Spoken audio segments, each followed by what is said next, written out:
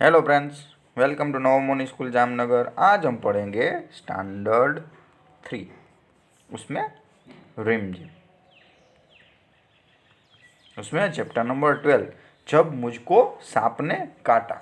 So friends, यहाँ पर एक छोटे से बच्चे की कहानी दी गई है कि कैसे बच्चे को सांप अगर नहीं काटता है फिर भी सब उसके घर वाले कहते हैं कि उसको सांप ने काटा है, और इस प्रकार की पूरी कहानी है। तो चलिए स्टार्ट करते हैं। जब मुझको सांप ने काटा। एक दिन मैंने अपने अहाते में एक छोटा सा सांप रेंगते देखा। वह धीरे धीरे रेंग रहा था। मुझको देखते ही वह भागा और वहीं पर पड़े हुए नारियल के एक खोल में घुसकर छिप गया। मैंने पत्थर का एक टुकड़ा उठाया और उससे नारियल के खोल का मुंह बंद कर दिया। उसे लेकर मैं नानी के पास दौड़ गया। सो फ्रेंड्स, एक छोटा सा बच्चा है। एक दिन मैंने यानी मैं नहीं, जो जिसने ये पाठ लिखा है उसके वही बात कर रहे हैं कि एक दिन वो जो लेखक है इस पाठ के, वो क्या कर रहे थे, अपने घर के पीछे का जो बरामदा होता है उसमें वो खेल रहे थे।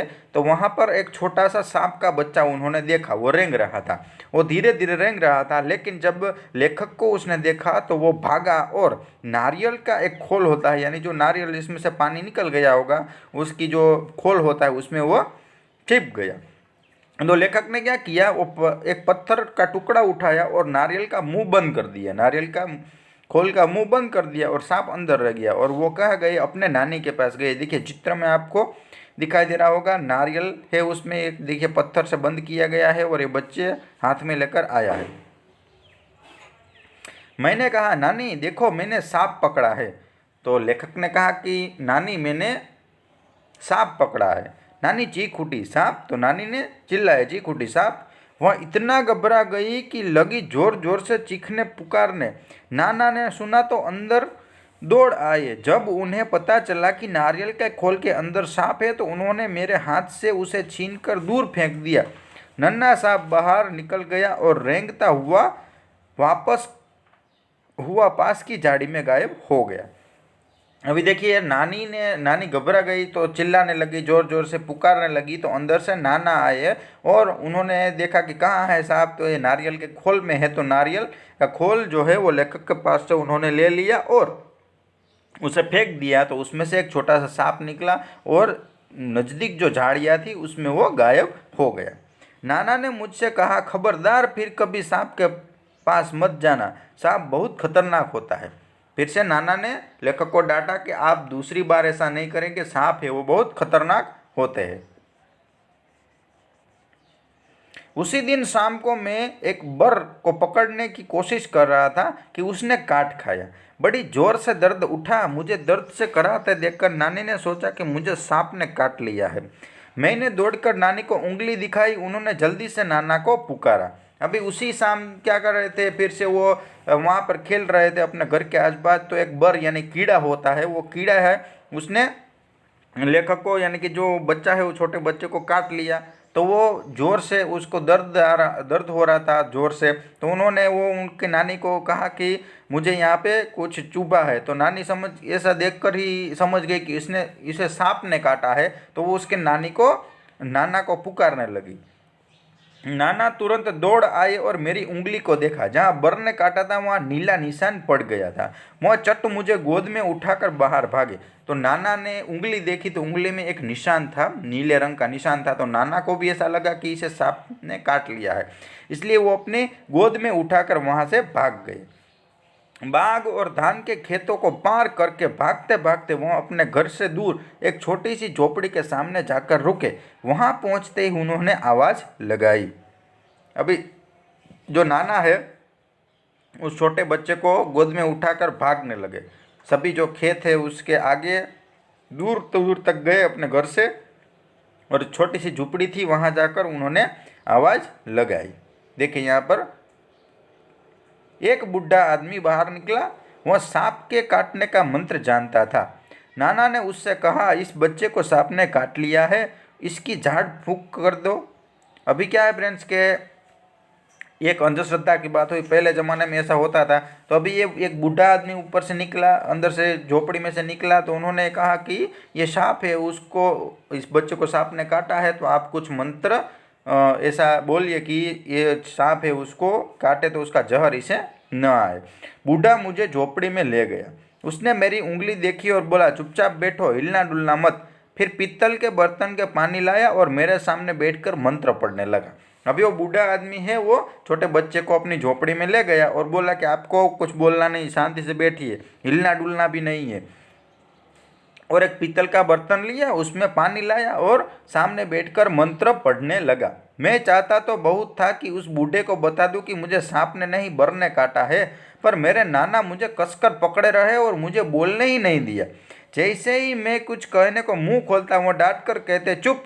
डर के मारे मैं चुप हो जाता। हमारे पीछे पीछे हमारे नानी भी कई लोगों के साथ वहां आ पहुंची। सब लोग उदास खड़े देखते रहे। अभी जो छोटा बच्चा था, उसे पता था कि उन्होंने उसे सांप ने नहीं काटा था, एक छोटा सा कीड़ा था, उसने काटा था।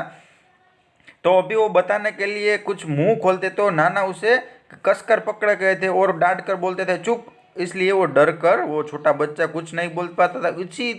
इतने में ही उनकी नानी है, कई सारे लोगों को लेकर वहां पर आ जाती है। सब उदास खड़े रहते हैं। तब तक मेरी उंगली का दर्द जा चुका था। फिर भी मुझे वहां जबरदस्ती बैठकर झाड़ फूंक करवानी पड़ रही थी। कुछ मिनट बाद बूढ़ा आदमी उठा। उसने उसी बर्तन के पानी से मेरी उंगली धोई और मुझे पिलाया भी। उसने मुझे बोलने से मना कर दिया ताकि दवा का पूरा असर हो। फिर वह नाना से बोला, अब बच्चा खतरे से बाहर है। अच्छा हुआ आप समय रहते मेरे पास ले आए, बड़ा जहरीला सांप ने काटा था। अभी थोड़ी देर के बाद वो कीड़े का जो निशान था, वो धीरे धीरे, उसका दर्द है वो जा चुका था। तो फिर क्या किया, बच्चे को जबरदस्ती वहां पर बैठा कर ये सब विधि करवाई जा रही थी। तो फिर उसके बाद थोड़ी मिनटों के बाद वो बूढ़ा आदमी उठा और वो बर्तन का पानी है उससे उंगली धोई और थोड़ा थोड़ा पानी है वो छोटे बच्चे को पिलाया और कहा कि आपको बोलना नहीं है, नहीं तो दवा का असर नहीं होगा। और नाना के पास आकर उसने बोला कि बच्चा अभी खतरे से बाहर है, वो बड़ा जहरीला सांप था। सब लोगों ने बूढ़े का उसके अद्भुत इलाज के लिए बहुत बहुत धन्यवाद दिया। घर लौटने के बाद नाना ने उसके लिए बहुत सी चीज़ें भेंट में भेजी। यानी कि सभी लोग से उन्होंने वो बूढ़े आदमी का धन्यवाद किया और नाना ने भी कई सारे भेंट भेजी। लेकिन फ्रेंड्स, उस जो बूढ़ा आदमी था उसने तो कुछ नहीं किया था, क्योंकि छोटे बच्चे को सांप ने काटा ही नहीं था। लेकिन हमारे जो मन की एक ग्रंथि थी कि ऐसा हम करेंगे तो ठीक हो जाएगा, इसलिए वो बच्चा ठीक हो गया। चलिए आगे कहानी की बात। नाना मुझे झाड़ फूक वाले आदमी के पास क्यों ले गए? क्योंकि नाना को ऐसा हुआ कि छोटे बच्चे को क्या था, सांप ने काटा था। मैं बूढ़े आदमी को क्या बताना चाहता था कि मुझे सांप ने नहीं काटा, बर ने काटा है। जब सांप नारियल के खोल में घुस गया था तो मैंने क्या किया था, मैंने ऐसा क्यों किया होगा? जब नारियल के खोल में सांप घुस गया तो बच्चे ने पत्थर से उसका मुंह बंद कर दिया, क्योंकि वह भाग न जाए। क्या बूढ़े आदमी ने सचमुच मेरा इलाज कर दिया था? तुम ऐसा क्या सोचते हो? तो बूढ़े आदमी ने क्या तो नहीं, वो इलाज नहीं था, वो एक विधि थी, वो उन्होंने पूर्ण की थी। मुझे असल में सांप ने नहीं काटा था। फिर मैंने अपनी कहानी का नाम जब मुझको सांप ने काटा क्यों रखा? तुम इससे भी अच्छा कोई नाम सोचकर बताओ। तो फ्रेंड्स, आप यहाँ पर नाम चेंज करना चाहते हो तो आप बता सकते हैं। चलिए, उई माँ कहानी में लड़के को बर ने काट लेती है। बर का डंक होता है। कुछ और कीड़े का नाम लिखो जो डंक मारते हैं। जैसे कि बिच्छू, बिच्छू है वो डंक मारता है। उसके बाद मधुमक्खी, उसके बाद चींटी, सांप, ये सब डंक मारते हैं। चलिए, तुम्हारी बात। मैं बूढ़े को कुछ बताना चाहता था पर बता नहीं सका। क्यों, तुम्हारे साथ भी ऐसा हुआ है? अगर हुआ है तो आपको ये लिखना है। क्या तुमने कभी सांप देखा है? तुमने सांप कहाँ देखा? उसे देखकर तुम्हें कैसा लगा? अपने घर पर पूछो कि अगर किसी को सांप काट ले तो वो क्या करेंगे। ये आपको आंसर देने हैं। चलिए आगे, अब क्या करें? तुम क्या करोगी अगर तुम्हारे या तुम्हारे आसपास किसी को बर काट ले, किसी को चोट लग जाए, किसी की आंख में कुछ पड़ जाए, किसी की नाक से खून बहने लगे? कक्षा में इन इन पर बातचीत करो। हो सके तो किसी नर्स या डॉक्टर को कक्षा में आमंत्रित कर बात करो। सो यहाँ पर अगर कुछ हो जाए तो पहले हम घर पर जो इलाज हो सके, जैसे कि पट्टी बांध सकेंगे, आँख में पानी डालकर, ऐसे हम करेंगे जो घर से। उसके बाद अगर कुछ नहीं हो सकता है तो हम डॉक्टर के पास जाएंगे। जरा सोचो तो, नारियल के खोल जैसी कौन सी चीज़ों में सांप छिप सकता है? वह खोल अहाते में कैसे पहुंचा होगा? सो उसके आजू बाजू में नारियल का पेड़ होगा, इसके लिए पहुंचा होगा। और सांप दूसरे, जैसे बिल होता है, उसमें चला जाता है अंदर घर के हिस्से। नीचे कुछ शब्द दिए गए हैं। उन शब्द में से कुछ शब्द घर से संबंधित है, उन पर घेरा लगाओ। अहाता, आला, रसोई, नहर, आंगन, छज्जा, कमरा, बरामदा, सीढ़ी, दालान, जोहड़, मुंडेर। उसके बाद जीना, छत, अस्तबल, डाकघर, अटारी, सड़क, रहट, टांड। चलिए, क्या समझे? नीचे लिखे वाक्यों का मतलब बताओ। सांप पास की झाड़ी में गायब हो गया, यानी सांप पास की झाड़ी में छुप गया। सांप है वो पास की झाड़ी में छुप गया। उसके बाद वह चट मुझे गोद में उठाकर भागे। वह जल्दी से मुझे गोद में उठाकर भागे। अब बच्चा खतरे से बाहर है, अब बच्चा ठीक है। नाना ने उसके लिए बहुत सी चीज़ें भेंट में भेजी। नाना ने उसके लिए बहुत सी चीज़ें दी। चलिए, कैसे कहा? अलग अलग निशानों से पता चलता है कि क्या बात कैसे हुई है। अब नीचे दी गए वाक्यों में सही निशान लगाओ। अब तुम्हें बोलकर दिखाना है। फ्रेंड्स, तो यहाँ पर जो 3 निशान दिए गए हैं, तो पहला है वो वाक्य को पूर्ण करने के लिए है कि यहाँ पे वाक्य पूर्ण हो गया। दूसरा है उद्गार है। कभी कभी हमें आश्चर्य होता है, खुशी होती है, क्रोध होता है, तो ऐसा उद्गार लगता है। और ये प्रश्नार्थ चिन्ह है। जब हम प्रश्न पूछते हैं तब ये पीछे यह लगता है। जैसे नानी चीख उठी, सांप, तो क्या हुआ यहाँ पे? उन्हें कुछ भावनाएं आ गए कि नानी चीख उठी, चीखना, तो यहाँ पे उद्गार आएगा। सांप धीरे धीरे रेंग रहा था, बस रेंग रहा था, पूरा हो गया। क्या तुम बाजार चलोगी? Question mark, चलोगी? चुपचाप बैठो, हिलना डुलना मत, तो ऐसे आएगा। उसके बाद तुम्हें यह कहानी कैसी लगी? कैसी? Question mark. उसके बाद यहाँ कितनी मीठी है, तो ये भी क्या हुआ? उद्गार हुई। क्या कहोगे?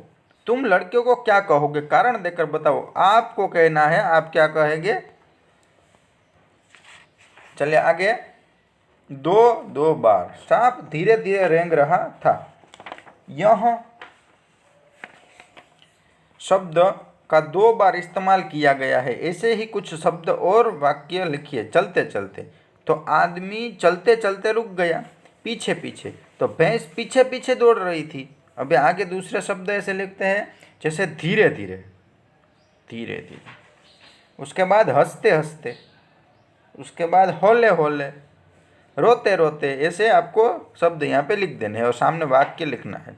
भूल भुलैया, तो चलिए यहाँ पे भूल भुलैया है, यहाँ पे लड़का है, उसको आपको यहाँ पे नानी के पास उसे भेजना है, तो इसको आप भेज दीजिएगा। आगे, क्या तुम जानते हो सांप अपना भोजन चबाते नहीं, वे भोजन साबुत निगलते, यानी सांप है वो भोजन चबाते नहीं, अपने यहाँ भोजन को निगल जाता है। सांप कभी बढ़ना बंद नहीं करते, यानी कि वो बढ़ते ही जाते हैं। सांप नाक से नहीं सूंघते, सूंघने के लिए सांप जीभ का इस्तेमाल करते हैं। सांप है वो जीभ का इस्तेमाल करते हैं। सांप के कान नहीं होते, इसलिए सांप बीन की धुन सुनकर नहीं नाच सकता। वास्तव में वह बीन बजाने वाले सपेरे से डरकर अपना फन फैला लेता है और लोग समझते हैं कि वह झूम रहा है। तो फ्रेंड, सांप है उसको सुनाई नहीं देता। सांप दूध नहीं पीते। कुछ सपेरे सांप को जबरदस्ती दूध पिलाते हैं, पर इससे सांप मर भी सकता है, यानी कि सांप है दूध भी नहीं पीता। भारत के लगभग 50 तरह के सांप जहरीले हैं, पर सिर्फ 4 सांपों के जहर से आदमी को खतरा होता है। यानी भारत में कुल 50 ऐसी जातियां हैं उसके सांप की, वो जहरीली है। उसमें 4 जाति है, अगर वो काट जाती है तो हम मर जाएंगे। आगे बढ़ते हैं। बच्चों के पत्र। तो तो बच्चों के यहाँ पत्र है, कैलाश कॉलोनी 19 नवंबर 2005। प्यारी मौसी, नमस्ते मौसी, आपकी याद आती है जब आप नहीं होते तो मुझे रोना आता है। मौसी जरूर रक्षाबंधन पर आना। मौसी, भाई और बहन कैसी है और आप कैसे हो? इस यहाँ ठीक है, लेकिन छोटे भाई को बुखार आ गया था, अब तो वो ठीक है। मौसी, हमारे घर कब आओगी? मौसी, जरूर आना, हमारे घर पर पार्टी बनाएंगे। ममता और रोहित पढ़ने जाते हैं तो उनसे कहना वो दोनों ध्यान से पढ़े। राहुल तो रोता है, कहता है कि मुझे मम्मी के पास जाना है, हम किसी दिन आएंगे। मौसी, मैं पत्र बंद करती हूँ, छोटे भाई बहन को प्यार देना, आपकी बेटी राधा। तो यहाँ पर एक फ्रेंड्स, यहाँ पर एक स्टूडेंट का पत्र यहाँ पे दिया गया है। दूसरा पत्र ऐसा पढ़ते हैं, अरेश कॉलोनी भोपाल। आदरणीय बुआ जी नमस्ते। 10 अप्रैल 2005 को। आशा है आप सब ठीक होंगे। मेरी यहाँ परीक्षा होने वाली है। इस बार माँ ने कहा है कि गर्मियों की छुट्टियों में हम सब आपके पास आ रहे हैं। मुझे आपकी बहुत याद आती है। मुनिया, वादी और राजू भैया कैसे हैं? हम सब बुटिया में खूब खेलेंगे, छुट्टियों में सब खूब खेलेंगे। गांव में आम भी ढेर सारे खाएंगे। मैं आप सबके लिए यहाँ से क्या लाऊं? बुआ जी, जब मैं आऊँगी तो आप मेरे खाने के लिए मालपुओं की तैयारी करके रखना। बाकी बातें मिलने पर करेंगे। आपकी बेटी महिमा। तो यहाँ पे महिमा का पत्र है। थोड़े से जो उनके हैंडराइटिंग है हमें पता नहीं चले, इसलिए बाद में पता चल गया। तो फ्रेंड्स, यहाँ पर अगर आपको भी पत्र लिखना है तो आप ऐसे लिख सकते हैं। यहाँ पर आपका जो एड्रेस है उसको यहाँ पे लिखना है। उसके बाद आपको यहाँ पे आदर सत्कार देना है और लास्ट में ऐसा लिखना है, आपका विश्वास हो, ऐसे आप लिख सकते हैं। आपकी बेटी, यहाँ पे कोई रिलेटिव, तो रिलेटिव को हम पत्र लिखते हैं तो आपकी बेटी, बेटा, ऐसे आप लिख सकते हैं। तो चलिए फ्रेंड्स, यहाँ पर हमने हमारा चैप्टर कंप्लीट कर लिया। वीडियो को देखते रहिएगा। Thank you.